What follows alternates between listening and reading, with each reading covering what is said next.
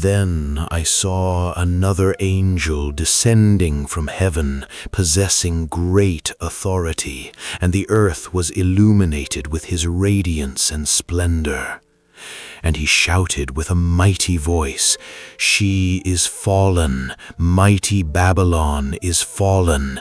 She has become a resort and dwelling place for demons, a dungeon haunted by every loathsome spirit, an abode for every filthy and detestable bird.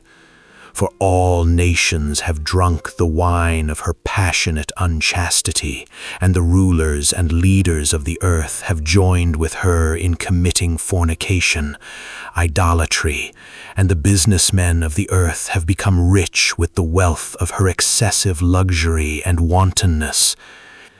I then heard another voice from heaven saying, "Come out from her, my people, so that you may not share in her sins, neither participate in her plagues. For her iniquities, her crimes and transgressions are piled up as high as heaven, and God has remembered her wickedness and her crimes, and calls them up for settlement. Repay to her what she herself has paid to others, and double her doom in accordance with what she has done. Mix a double portion for her in the cup she mixed for others. To the degree that she glorified herself and reveled in her wantonness, living deliciously and luxuriously, to that measure impose on her torment and anguish and tears and mourning. Since in her heart she boasts, 'I am not a widow, as a queen on a throne I sit, and I shall never see suffering or experience sorrow.' So shall her plagues, afflictions, calamities come thick upon her in a single day, pestilence and anguish and sorrow and famine, and she shall be utterly consumed, burned up with fire, for mighty is the Lord God who judges her. And the rulers and leaders of the earth who joined her in her immorality, idolatry, and luxuriated with her will weep and beat their breasts and lament over her when they see the smoke of her conflagration. They will stand a long way off in terror of her torment, and they will cry, 'Woe and alas, the great city, the mighty city, Babylon! In one single hour, how your doom, judgment, has overtaken you.'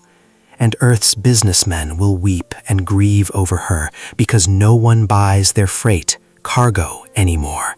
Their merchandise is of gold, silver, precious stones and pearls, of fine linen, purple, silk, and scarlet stuffs, all kinds of scented wood, all sorts of articles of ivory, all varieties of objects of costly woods, bronze, iron, and marble, of cinnamon, spices, incense, ointment, and perfume, and frankincense, of wine and olive oil, fine flour and wheat, of cattle and sheep, horses and conveyances, and of slaves, the bodies and souls of men. The ripe fruits and delicacies for which your soul longed have gone from you, and all your luxuries and dainties, your elegance and splendor, are lost to you, never again to be recovered or experienced. The dealers who handled these articles, who grew wealthy through their business with her, will stand a long way off in terror of her doom and torment, weeping and grieving aloud and saying, 'Alas, alas, for the great city that was robed in fine linen, in purple and scarlet, bedecked and glittering with gold, with precious stones, and with pearls.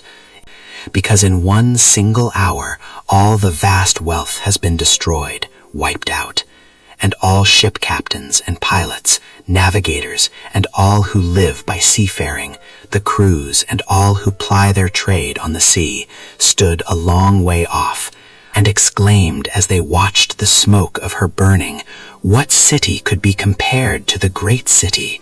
And they threw dust on their heads as they wept and grieved, exclaiming, 'Woe and alas for the great city where all who had ships on the sea grew rich, extravagance, from her great wealth. In one single hour she has been destroyed, and has become a desert. Rejoice, celebrate over her, O heaven, O saints, people of God, and apostles and prophets, because God has executed vengeance for you upon her. Then a single powerful angel took up a boulder like a great millstone and flung it into the sea, crying, "With such violence shall Babylon, the great city, be hurled down to destruction, and shall never again be found. And the sound of harpists and minstrels and flute players and trumpeters shall never again be heard in you, and no skilled artisan of any craft shall ever again be found in you. And the sound of the millstone shall never again be heard in you. And never again shall the light of a lamp shine in you, and the voice of bridegroom and bride shall never be heard in you again, for your businessmen were the great and prominent men of the earth, and by your magic spells and poisonous charm all nations were led astray, seduced and deluded. And in her was found the blood of prophets and of saints, and of all those who have been slain, slaughtered on earth."